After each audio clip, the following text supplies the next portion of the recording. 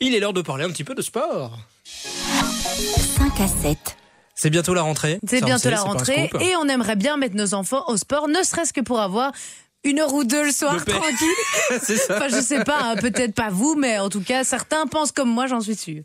Elle a quel âge, votre fille ? Non, ma fille, elle a moins de 2 ans. Donc vous voulez déjà vous en débarrasser ? Mais non, je dis pas ça, mais c'est vrai que nous, en tant que parents, parfois, on aime bien avoir un petit peu de tranquillité, ne serait-ce que pour en faire d'autres. Ah, c'est pour ça. Voilà. Mais en tout cas, on cherche aussi à développer, tout un tas de choses chez nos enfants et aussi trouver le sport idéal. Bien sûr. Pour nous en parler, il y a Bruno Berriot, qui est coach sportif pour Body Concept Training, qui est avec nous. Bonsoir, Bruno. Bonsoir Cyril, bonsoir Bruno. Julie. Bonsoir. Alors, est-ce qu'il y a des sports qui sont vraiment à recommander pour les enfants ? Oui, tout à fait, on va en parler, mais avant ça, ce qu'a dit Julie m'interpelle au plus haut point parce que la première chose, ce sont les parents qui vont décider que l'activité que l'enfant va pratiquer. Donc généralement, je dirais que moi j'invite les parents à orienter l'enfant, mais à ne pas imposer le type d'activité. Oui, parce que parfois les parents pourraient imposer leur propre passion ou le sport que eux-mêmes ont pratiqué par facilité aussi. Oui, exactement, Julie. C'est vrai qu'il y a souvent un intérêt personnel parce que, en tant que parent, c'est même un peu normal, mais en tant que parent, on voudrait bien que les enfants deviennent les champions que les parents n'ont pas été. Oui. Et donc voilà. Mais ce que vous disiez, c'était très important dans le fait de dire, nous aussi, ça va nous donner une petite bouée d'oxygène de mettre nos enfants dans des activités sportives. Et pour ça, il faut bien réfléchir aussi avant, justement, au côté pratique. Parce que je me retrouve souvent confronté à des parents qui doivent, pour qui ça devient un fardeau de conduire les enfants parce que c'est loin de la maison, parce qu'il faut attendre sur place, on ne sait pas revenir, il y a trop de chemin. Donc tout ça doit être une réflexion parce que ça peut être une déception après pour l'enfant s'il accroche vraiment à cette activité. Et puis que les parents se rendent compte que au niveau pratique, c'est difficile. C'est embêtant, voilà. Et donc l'enfant peut être, on va dire, dégoûté et de ne plus pratiquer une autre activité physique parce que c'était celle-là avec laquelle il avait accroché. C'est ça, c'est un vrai engagement qu'il faut tenir sur la durée, effectivement. Voilà. Mais au niveau des disciplines, il y a des choses à conseiller, des choses à déconseiller ? Alors à déconseiller très très peu. Après tout ça dépend de l'âge de l'enfant. Donc, vous savez qu'il y a par exemple, des bébés nageurs, on appelle ça. Donc, à partir de 4 mois, on peut mettre les bébés dans l'eau. Ils vont commencer à patauger, à nager vraiment. Je dirais qu'avant 3 ans, donc voilà, de 4 mois jusque 3 ans. Au-delà de 3 ans, on peut pratiquer la natation, la danse et la gymnastique. Vraiment, sans risque. Idéal. Oui. Voilà, sans risque. Et puis, c'est idéal pour l'enfant au niveau de sa prise de conscience du corps dans l'espace et de sa coordination. On voit d'ailleurs des cours parfois de psychomotricité. Donc tout ça, c'est des choses très très bien. Au-delà, avant 3 ans, on va dire que tout ce qui se fait, c'est plutôt de l'éveil corporel. C'est apprendre à se mouvoir et dans l'espace, ressentir son corps dans l'espace, ce qu'on appelle ça la proprioception. Ouais.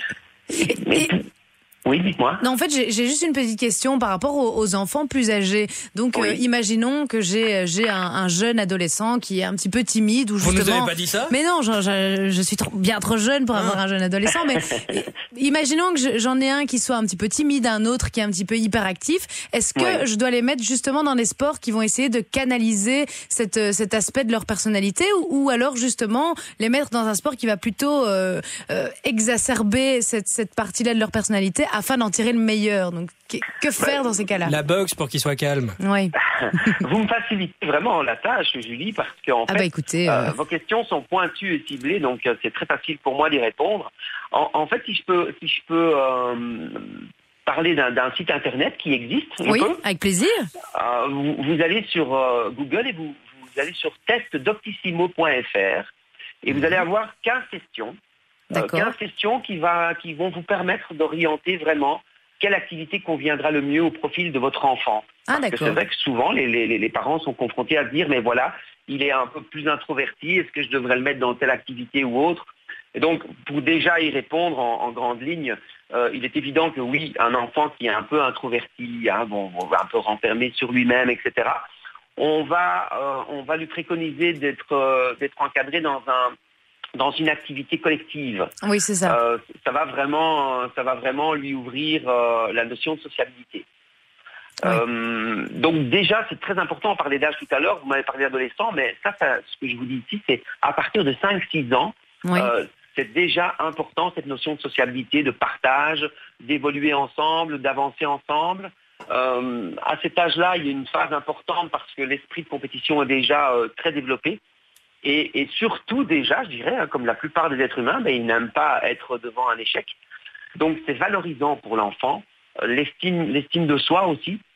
Et puis on apprend des valeurs aussi avec le sport. Dans les sports d'équipe et même dans les sports individuels, on apprend à avoir une certaine persévérance, à respecter son prochain. En escrime, tuer son adversaire. À être bon perdant aussi. Et ça, c'est très important d'être bon perdant parce que dans la vie, on gagne pas toujours. Donc, Et pour prendre l'autre exemple de l'adolescent qui, lui, est justement beaucoup plus turbulent et autre, ou qui a tendance à aimer un petit peu dans la cour de récré les bagarres. Oui.